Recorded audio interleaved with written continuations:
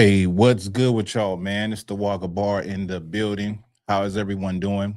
This is Black Authentic Truth. The topic is Black people cannot be racist, and we're going to go into it, and I'm gonna explain why. Okay, like every time, I just want to ask everybody, how is your Sunday morning, afternoon? How's that going? I just went live, and like always, it's always something. It's a technical difficulty, right? And I caught it quick, so I had to shut down that live. And for whatever reason, the internet connection was tripping. And uh, if you ever have a problem with your internet, just what you gotta do is restart it. So unplug it, leave it unplugged for about 15 seconds, and then plug it in. Sometimes it act kind of weird and wonky, and so that was the case. I was listening in and it was just skipping. It was sounding terrible. And I knew if it was skipping in the beginning, it'd be skipping while I'm talking.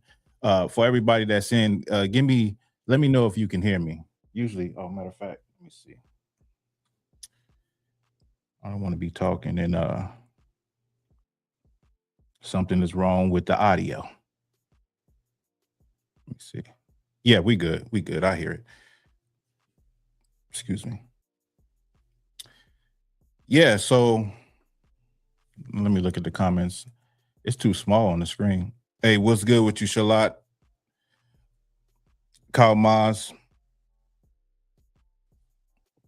Yeah, I'm doing this way where you put the comments on the screen, but it's so tiny. I can't even see it from my perspective. Hey, Kapal, yeah, today is good. I agree. Today is a good, it's a good, nice day, right? Yeah, so I will be honest with everyone. I had some other things lined up besides my topic, and I don't know what I did with my notes. But I know what I want to talk about. But I like to go. I don't want to miss any points. But what we can talk about is the fact that another Black man, 21-year-old, was found hanging from a tree. Another Black man was found hanging from a tree, a 21-year-old. Ron Coleman, salute to you. Salute to you, my brother. Also, likewise. Another brother was found hanging from a tree, and it's always the same story. It was no signs of foul play. Well, let me just say this. Black men do not climb up in trees and hang themselves. Let me say it again for the people in the back. Black men do not climb up in trees and hang themselves. Let me say it again from the people in the back. Black men or Black people do not climb up in trees and hang themselves. Black men do not climb up in trees and hang themselves. Black men do not climb up in trees and hang themselves.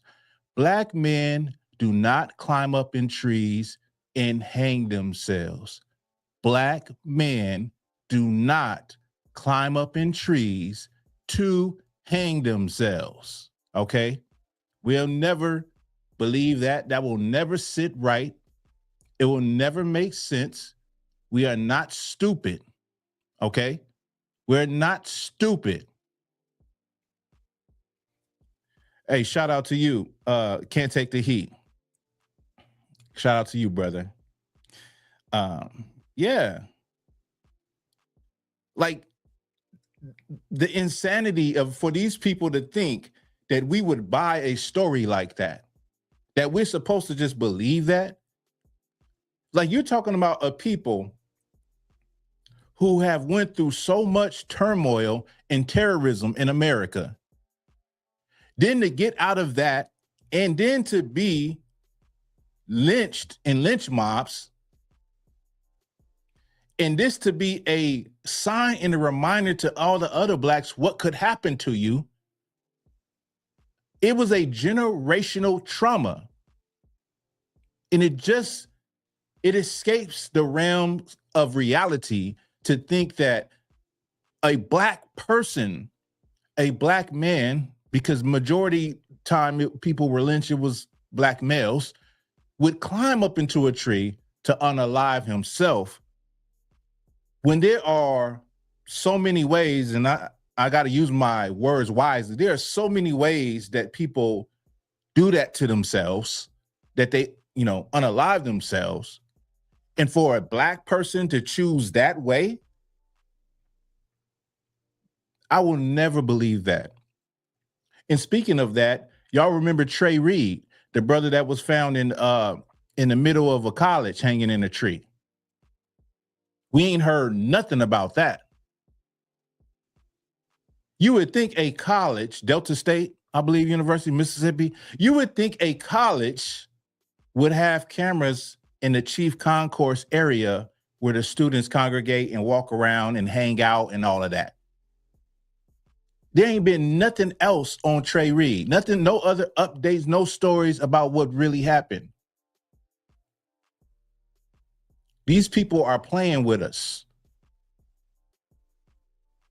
And they think that you're stupid. They think that you're ignorant. They think that you really believe the stories that they say about black people climbing up in trees and hanging themselves. Boy, I tell you, man. Black people, you got to wake up. We got to wake up, man. I will never believe no shit like that. Matter of fact, I think all black men, like you know how I say it's damn near a rite of passage. Well, not a rite of passage, but it's damn near that talk that all black parents got to have with their black boys about how to conduct themselves when they encounter police, state troopers, how to conduct yourself. Damn near, you got to start telling your children, telling your boys, listen, go ahead and post in your story, I would never hang myself. I'm not a person that is thinking about taking my life. I'm talking around the S word. I'm not a person that is, the S word. I'm not that. You got to damn near tell your black boys, black men to say that, put it somewhere, put a stamp on it. Like, so you can never say that's how, he went out. Javion McGee from Chicago working, driving trucks down there. He's somewhere in a box truck. He's down there in North Carolina, excuse me. And they find him at the base of a tree. But camera footage has him buying rope that's rope to secure a load. And they find him at the base of the tree with pieces of the rope. Shout out to Richard Taylor, who actually went to the scene, talked to the people, and there was still pieces of the rope going up, leading up to the tree where they found Javion at the base of the tree, and they said, "Oh yeah, he did that to himself." I'll never believe that, y'all. I will never believe that. Don't ever think that we live in a post-racial society where you still have sundown towns. You can't, and the truth is the truth. Reality is reality. We got to deal with reality. And one of the realities we're going to deal with today is that black people cannot be racist. Okay? Black people cannot be racist at all. And I'm going to explain why. Because I've heard black people say, recently heard in that back and forth with Corey Holcomb and Anton Daniels, I heard Anton Daniels say, black people is the most racist people. We're going to get to that, It's just a miseducation. That's all it is. It's just a miseducation. We assume and we think we live in a post-racial society. And we don't. We do not live in a post-racial society. So there's something else I wanted to tap into before we actually go in. There's been a lot of dismembering of black women. There's a recent one with a 17-year-old black girl that met a white man online and he unalived her. And then he dismembered her. This is about the fourth time this has happened since uh Irina Zarutska. This is about the fourth time this has happened since Charlie Kirk. That and nobody, media is not carrying these stories. They're not talking about it, but they did talk about the Ukrainian woman who was unalived by a black man on a transit bus. What about all these black sisters that young that are meeting these white men, going on dates with them, and they are unaliving them and dismembering them, and you just don't hear about it? Okay. Also, another part to that is to the black community, man. Look at how you're raising your daughters. Don't let social media raise your daughters, because if you let social media raise your daughters, they're going to think that that's what they should be doing, is meeting men online and meeting up with these perfect strangers. We live in a culture where it is pushing you know, this idea that you can find happiness through meeting people online. And you got children. That's how they catch so many predators. They catch so many of these predators by going online and acting like they're a teenager and saying, yeah, let's meet up. The whole time they're entrapping this predator, this grown man that thinks he's meeting up with a 16-year-old. He thinks he's 42. He thinks he's meeting up with a 17-year-old. But then y'all, I know y'all seen the videos, then they come out like, what was you doing? And then they act stupid and they just start putting hands on them, chasing them around, all that, beating the hell out of them, which is, that's what's supposed to happen. But look at how we're not raising our daughters. It's too many of our daughters that are finding themselves in these situations, meeting men online, and then something terrible happens. You can go on your feed right now and see and find a story of somebody saying, have you seen my daughter? She hasn't been home in a week. She hasn't been home in a couple of days. Missing person. This is a never-ending, rotating story until we start to say, you know what, let's do something about this. We can't always expect for, you can't expect for a lot. I guess a lot of people think that we still live in a community where the village is looking out for everyone. We don't live in a world like that anymore.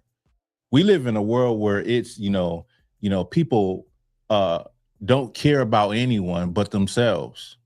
Don't pay attention to anything, even when they're in public. Will walk right past you if they see someone in danger, a woman in danger, or looks like it's a weird situation, a little girl with a grown man that doesn't look like a relative. A lot of people will just walk by anyway. So we live in a world where nobody really gives a damn. So you got to give a damn in your house. You got to teach your children in your house not to be so trusting of strangers.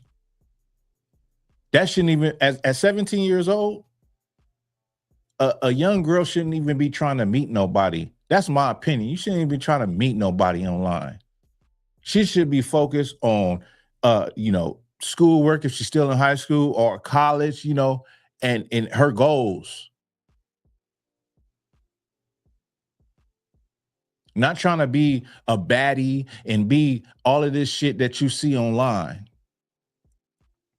Because it's terrible out here. It's terrible.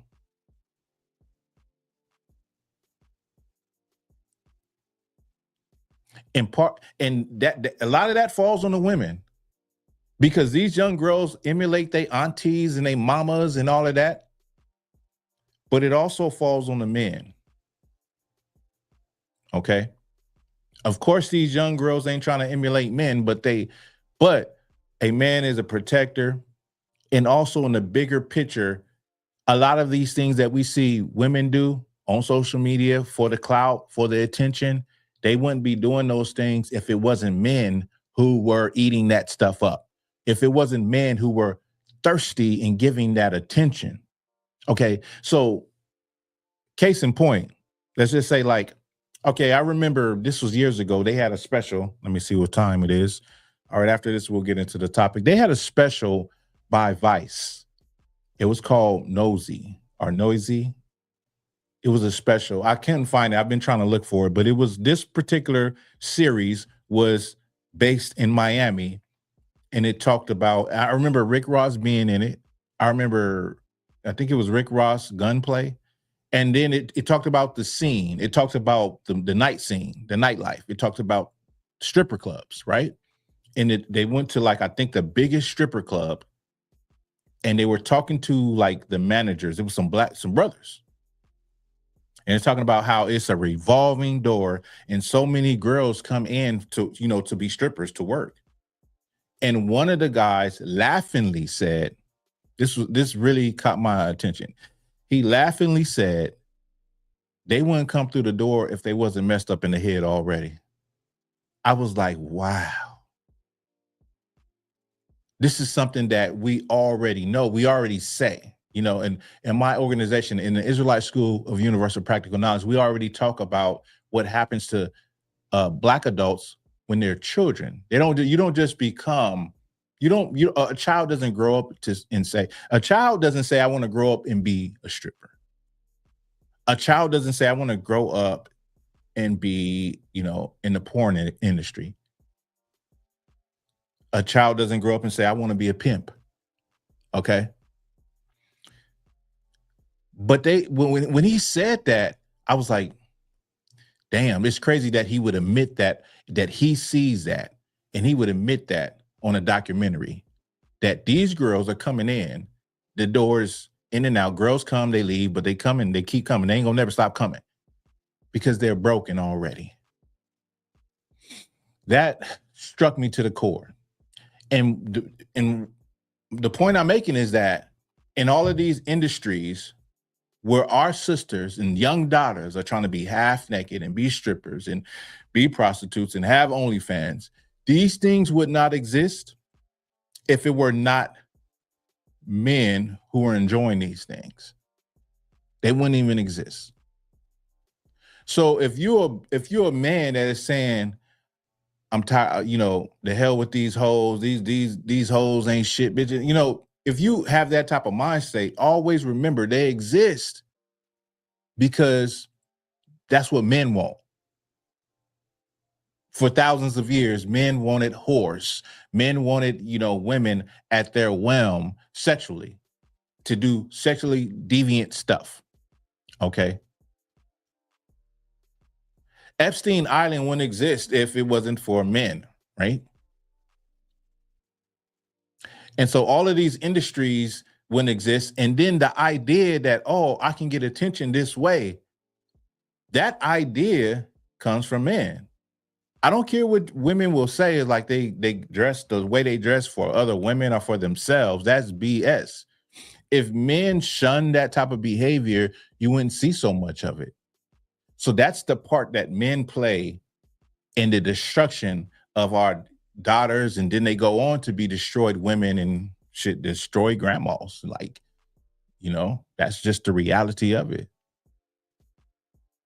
But we both play a part, and we equally play a part, but they're different parts in what's going on with young Black girls today, and how they're meeting people online, and how they're finding themselves in these messed up situations where they're being unalived, dismembered, never to be seen again. I bring this up all the time. 100,000 Black women missing without a trace. This story came out probably 10 years ago. So imagine what the number is today. Imagine what the number is today. So yeah, I don't want to keep going on that. Now I'm going to get into this topic. Okay. Can Black people be racist?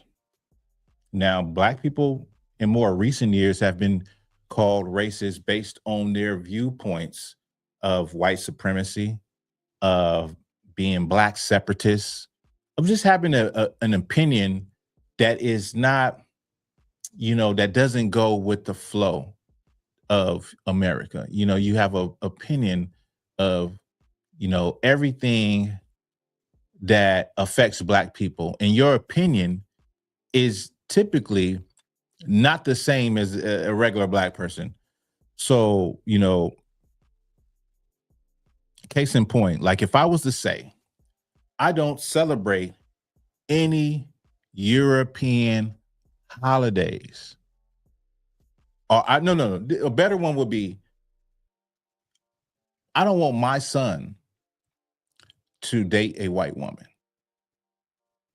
They would say that's racist.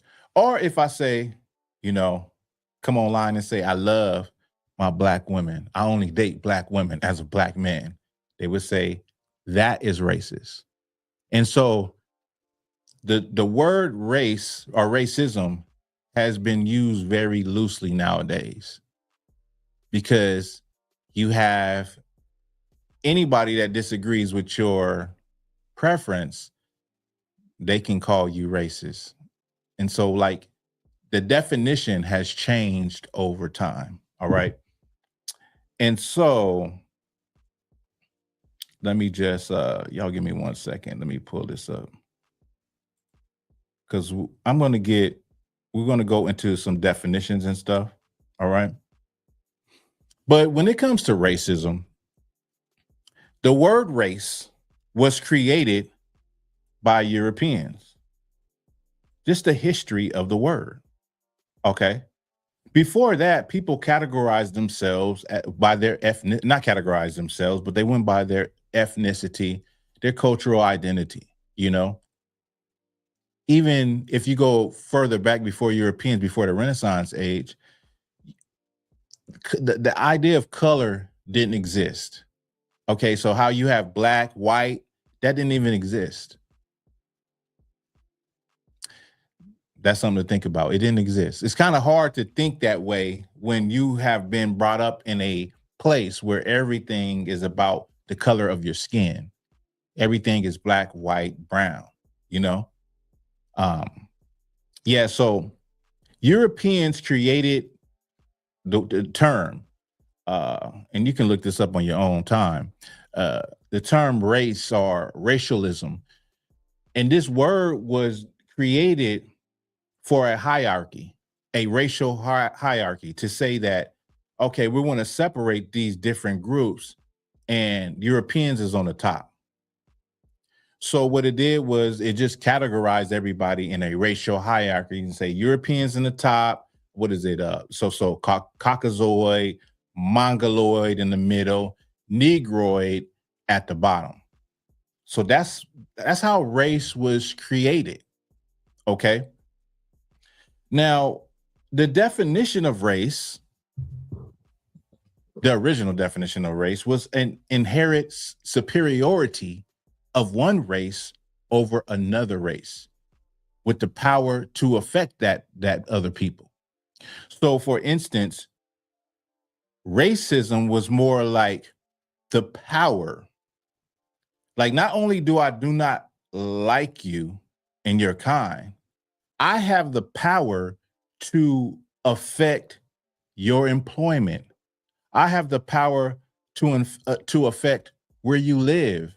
I have the power to affect how you are educated, where you are educated, where you are allowed to go, and where you are not allowed to go. That is true racism in its original form. Remember that. True racism in its original form is the power to be able not only to not like a people, but be able to control where they live, what school they go to, how much money they make, who they can be around, who they can marry. That's true racism. Okay? Remember that. Now, that's the original definition of racism. Now I'm going to get prejudice. We're going to do this together. Get prejudice. definition. Let me see. Share the screen.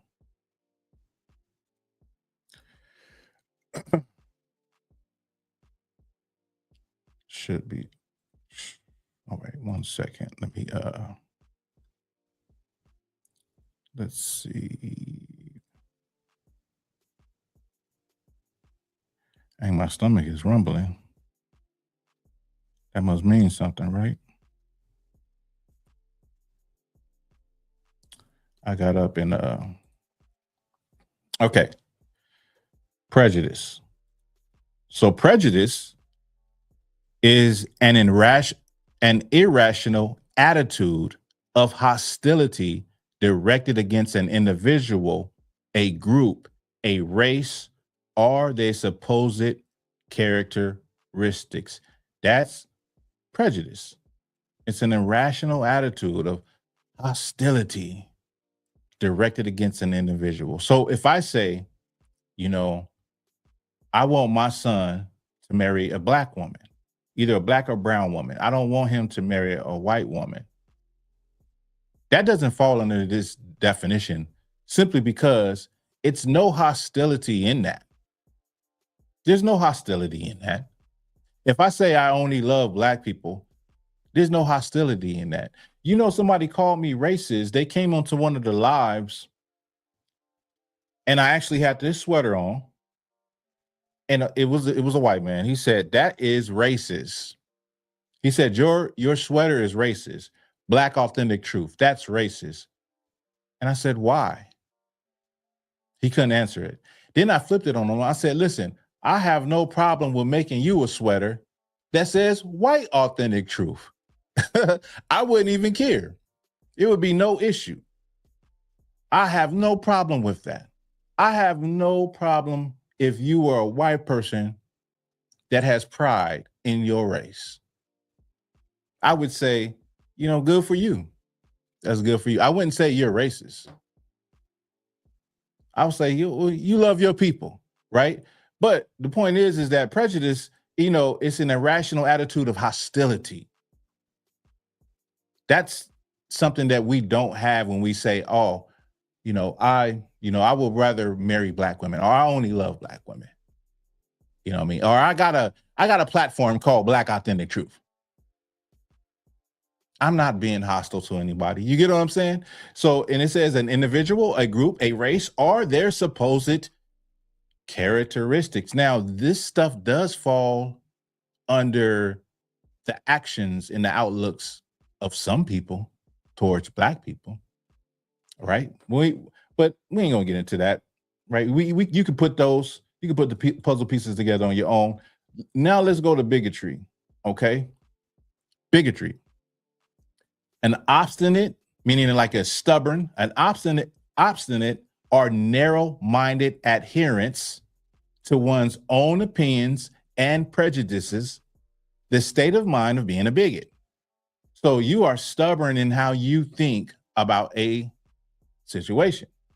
So I could be, stubborn in my belief that and my preference that I want my son to marry either a black or brown woman. All right. So you could say maybe I'm a bigot. You know what I mean? Because I have a thing in my mind where I'm like, I'm stubborn and I'm stuck on that. I'm not gonna budge on that one. You know what I mean? Still, there is no hostility towards anyone else. Okay. So now let's get what it really is. What it really is. This is what it really is. It's preference. Okay. Let me check this real quick. It's preference. That's what it really is.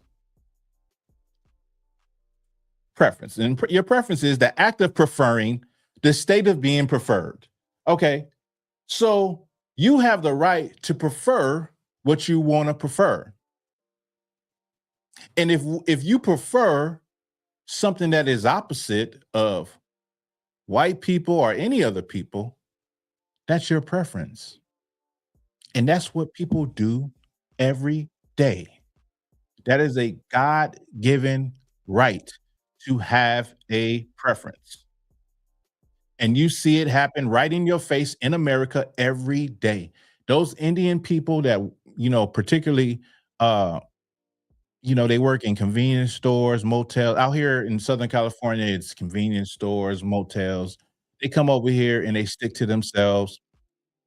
They have a preference.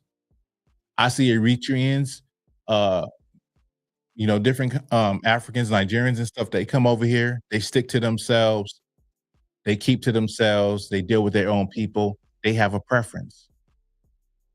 I see Arab people come over here, open up liquor stores, stick to their people. They have a preference. I see Asian people come to America, they you stick to their people. All of these people marry their own people, right? You might find some of them that, are Americanized and yeah, they marry a white man or a black man or something like that. But for the most part, they have a preference in their community to prefer their people, to love their people. And, you know, no one would call that racist. Okay. So, by the definition that I just went over, the definitions, plural, that I just went over, black people cannot be racist. Okay. Now, we can have our preferences. We could probably even have some bigotry or have a little bit of prejudices, but we cannot be racist. Why? Because racist, being racist is, and I hate the way this term is put around, but we know racism is systematic. Okay. So if somebody was to ask you, what is your personal experience? When did you personally experience racism? It's a trick bag. It's a trick question. You know why? Because racism is systemic. Excuse me. Racism is part of a system, and I'll explain it. It's not on a personal level, racism. Now, you probably has experienced racial prejudice and racial bigotry. Those words combined together. You probably experienced that on a personal level. But racism on a personal level is systemic. It's big. You can't pinpoint it until it's called out by the people who's doing it. So here's a good example. Navy Federal Credit Union, 2 years ago, there was a situation when somebody did a internal investigation and they found that Navy Federal Credit Union was denying qualified applicants. These qualified applicants overwhelmingly were Black and Latino. Now, if it wasn't for that internal investigation, they wouldn't have been able to find the big level of discrimination where they were approving all of the white applicants, but they were denying all of the Black and Latino people who were overqualified, met all the requirements. So it make them scratch their head like, why is this so? Oh, it's racial discrimination. They don't want them to move in these they're not giving them these home loans to move in these certain areas. It's big racism. It's systemic. And people have to really look and start crunching numbers to see the racism in education, to see the racism and how Black people get prosecuted versus white people. It's big. So if somebody was to say, show me, when have you personally experienced racism? You can't really say that. A regular person wouldn't even know that. Those people that were applying for those loans, I'm sure they scratched their head like, damn, I check all the boxes. I got all my paperwork in line. I don't understand why I didn't get the loan until somebody does an internal investigation and say, listen, this is why you didn't get the loan. We're about to hit them with a class action lawsuit for discrimination, you know? And so getting back to the topic, the title, Black people cannot be racist because we don't have the power to stop white people or any other group from getting the best education, from living in, favorable places in America, from getting the best jobs. We don't have the power. So we could never be racist. What we can be uh is prejudice. We can have our prejudices, we can have our preferences. And sometimes those preferences can be called racist when it's really just a preference.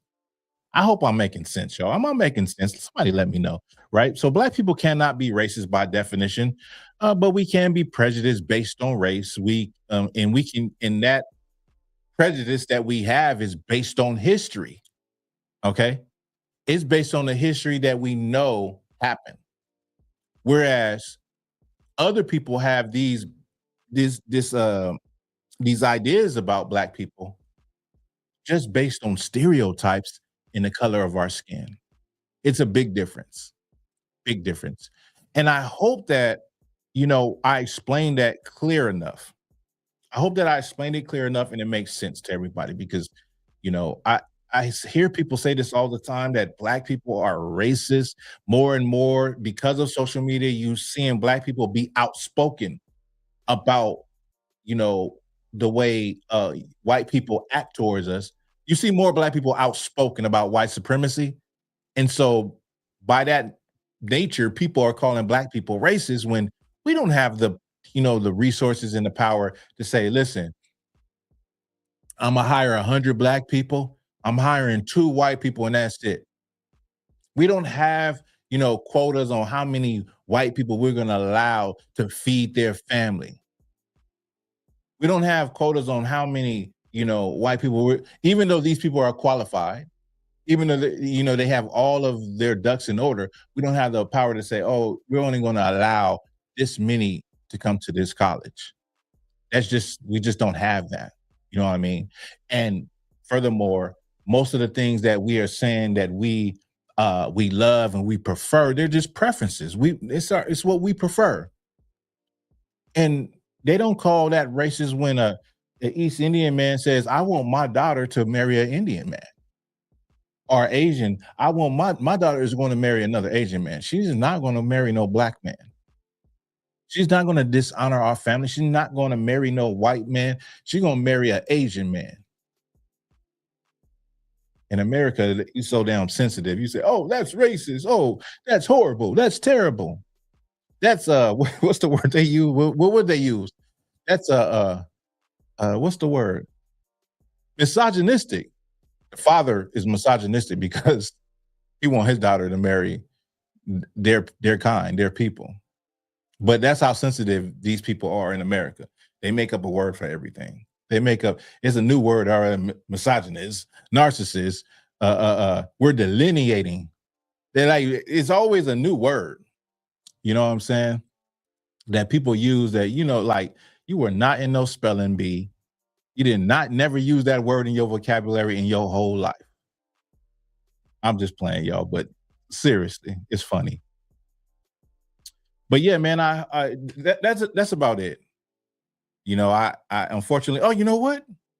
I do have. Let me see if I can get that. I do have a Black Authentic True Story. I almost forgot. We'll play that and then we'll wrap it up with that. Okay. Uh,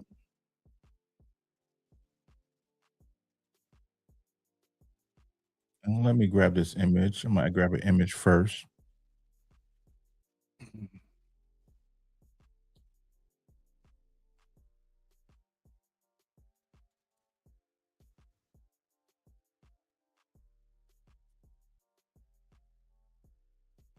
Remove this. Move.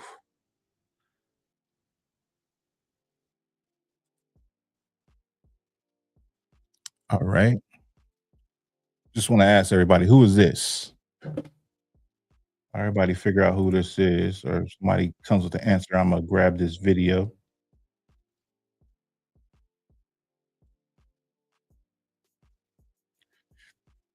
Excuse me. Who is this man right here. Military man.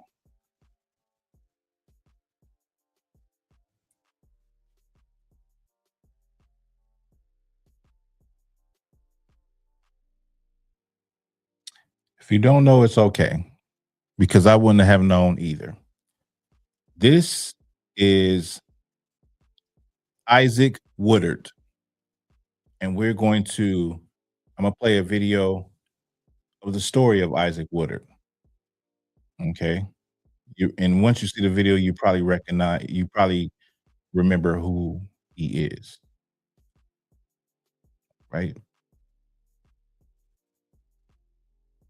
Isaac Woodard enlisted in the U.S. Army on October 14th, 1942.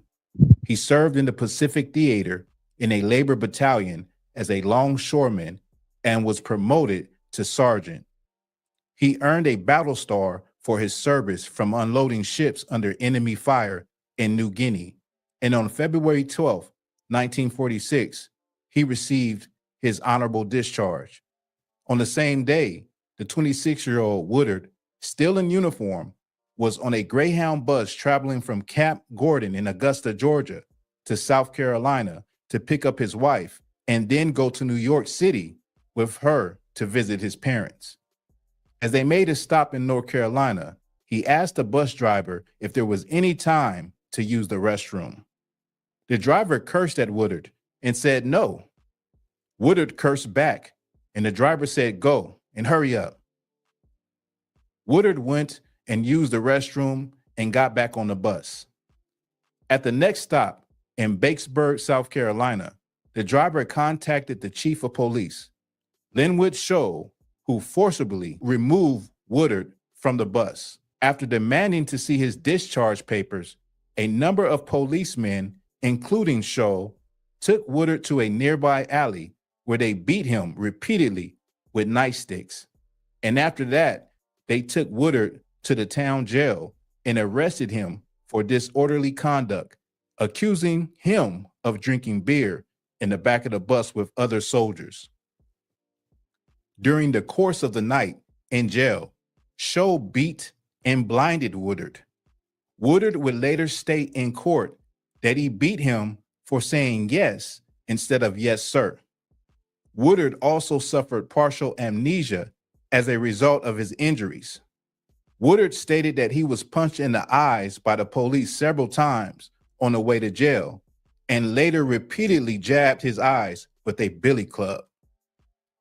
Newspaper reports indicate that Woodard's eyes had been gouged out, and documents indicate that each eyeball was ruptured irreparably in the socket.